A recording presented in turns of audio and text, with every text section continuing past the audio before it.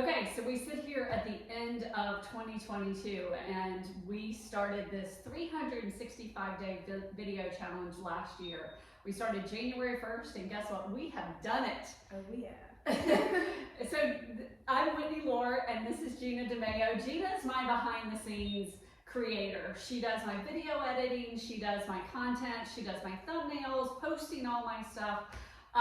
So we're going to talk a little bit about what worked and what didn't work, what we really failed at this year. So when we met last year, you were just coming on board and we had said, we're going to do this challenge, or I had said it. What were your initial thoughts of it? I was really nervous about it. I really didn't know what to expect because I didn't do a lot of video work before. So coming into this, I thought I was going to be super overwhelmed with it. And in the beginning, I honestly was, because I was looking up how to make a thumbnail, what should a title be like, how do I do this simple editing task in a video, and then over time I got more comfortable with it and it wasn't as overwhelming. Yeah, absolutely. So in the very beginning, some of the videos that we started with were my husband and I went downtown and we recorded all these videos about fun facts about Tampa. Nobody cared. Nobody cared. We got no views, no likes, no nothing. I think some of them still have no views on them. They're actually up on the page if you want to take a look at them, but they're not that good. But we've gotten better as we do this 365, and I think that's the whole reason why we did it, knowing that we would improve quicker than if we just did a video here, did a video there. Right. So what was one of the biggest successes that you considered this year? Honestly, for me, the biggest success has been, for me personally, learning more about the video space and social media in general. I mean, it's been great getting a good amount of views on videos, good interaction and everything, but personal growth has been like my favorite thing out of this. Good. So when we're putting up all these videos and stuff, what was challenging about it?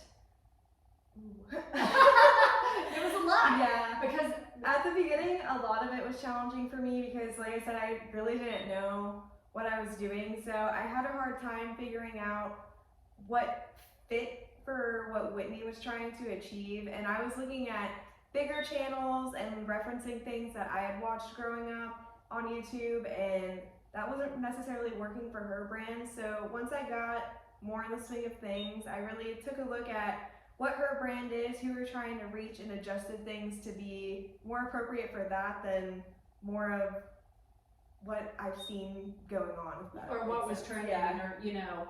And I think that's what a lot of people, you know, we talk about the brand quite a bit and trying to figure that out. That's hard.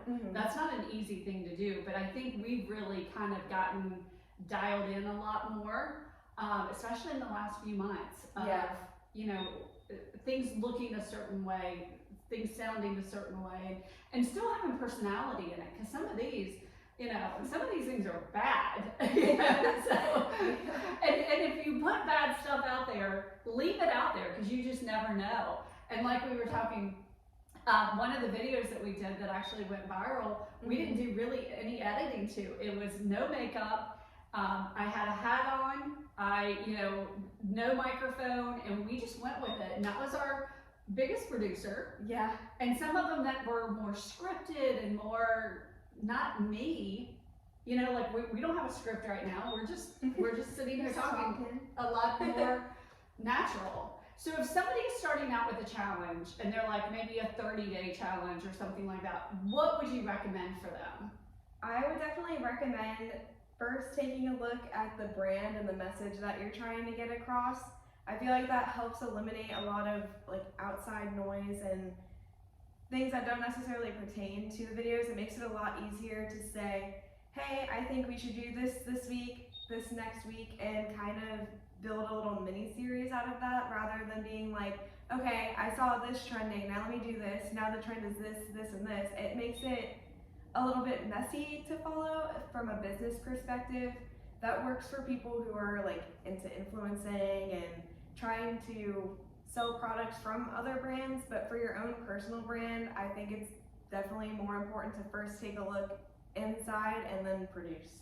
Yeah, no, I think that's really good advice, because I think we had that challenge. Yeah. And I think a lot of people do when you're looking at that, because you're like, ooh, look at that, that's super cool. Well, they've already done it. So you gotta kind of come up with your own stuff.